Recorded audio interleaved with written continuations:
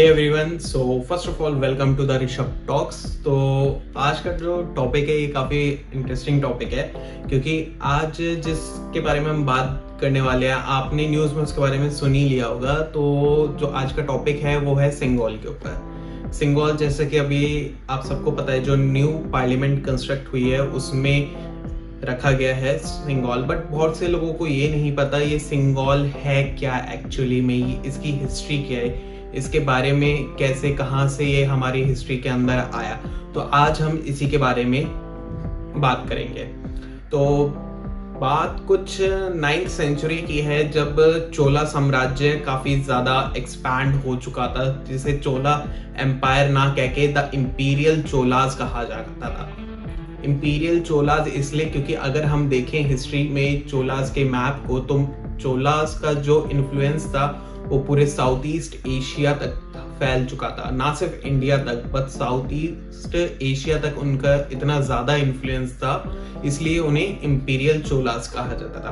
तो चोलास पीरियड में होता क्या था कि जब भी ट्रांसफर ऑफ पावर होता था, जब एक राजा दूसरे राजा से वॉर में अपनी स्टेट राज्य हार जाता था, तो पावर को ट्रांसफर करने के लिए एक मॉन्यूमेंट टाइप का, कह सकते हैं हम, मॉन्यूमेंट टाइप का दिया जाता था जो रिप्रेजेंट करता था ट्रुथ, फेयरनेस और स्ट्रेंथ को। इसलिए इसे सिंगोल बोला जाता है। सिंगोल का बेसिकली मतलब ये होता है कि जब ट्रांसफर ऑफ द पावर। तो ये थी हिस्ट्री सिंगोल के बारे में कि सिंगोल होता क्या है एक्चुअली में, ये कहाँ से आया था, ये चोलास टाइम पीरियड से आया था। अब हम लोग बात करते हैं मॉडर्न इंडिया के टाइम पे कि इसके बारे में कैसे पता चला इंडियंस को मोस्टली। तो इंडिपेंडेंस के टाइम की बात है, इंडिया के जो लास्ट गवर्नर थे लॉर्ड माउंटबेटन, जब इंडिपेंडेंस हो रही थी हमारी, तो उन्होंने पंडित जवाहरलाल नेहरू जी से बोला कि आप इसको ग्लोराइज करने के लिए अपनी इंडिपेंडेंस को कुछ स्पेसिफिक रिचुअल परफॉर्म करना चाहते हैं या कुछ जिससे ये पूरे एक स्पेशल ओकेशन की तरह माना जाए। तो उस वक्त पंडित जवाहरलाल नेहरू जी को कुछ समझ नहीं आया, तो उन्होंने उनसे थोड़ा टाइम मांगा लॉर्ड माउंटबेटन से कि हम पहले सोच लेते हैं कि ऐसा क्या करना है, फिर उसके बाद आपको बताएंगे। तो पंडित जवाहरलाल नेहरू जी श्री राजा गोपालाचार्य के पास गए, उन्होंने उन्हें ये सब चीजें बताई कि ऐसा ऐसा है। तो श्री राजा गोपालाचार्य ने उन्हें सजेस्ट किया कि चोला टाइम पीरियड पे हमारे देश में ये एक रिचुअल परफॉर्म किया जाता था, तो यही एक रिचुअल हम अपनी इंडिपेंडेंस के टाइम पे परफॉर्म कर सकते हैं।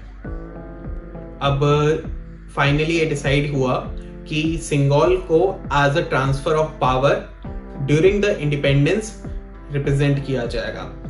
अब हम लोग बात करते हैं कि सिंगोल एक्चुअली में बना कहाँ था इंडिया में। तो सिंगोल मद्रास प्रेसिडेंसी में बनाया गया था।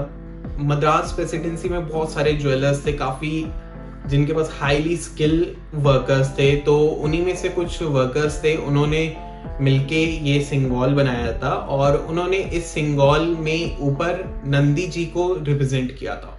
नंदी जी को ऊपर रिप्रेजेंट करने का उनका मोटिव ये था क्योंकि नंदी जी हमारे इंडिया में स्ट्रेंथ, ट्रुथ और जस्टिस को डिफाइन करते हैं, और इसे as a blessings of lord Shiva भी कहा गया है। तो ये जो सिंगोल है, ये सिंगोल मद्रास में बनाया गया था। अभी आप सब लोग देख सकते हैं कि ये सिंगोल कैसा दिखता है। ऐसे पास्ट में हिस्ट्री में बहुत सारे सिंगोल्स आप देख सकते हैं, कई तरह के सिंगोल्स होते हैं। तो ये इंडिया का सिंगोल है।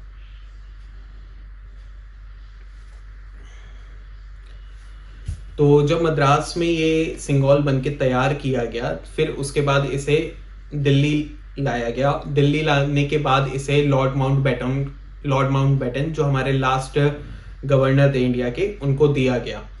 फिर उन्होंने ये जो सिंगोल है पंडित जवाहरलाल नेहरू को दिया as a transfer of power के रूप में, कि ये रिप्रेजेंट कर रहा है कि हाँ, ब्रिटिशर्स ने अब पूरी पावर इंडियंस को ट्रांसफर कर दी है और आज से इंडिया एक इंडिपेंडेंट कंट्री है।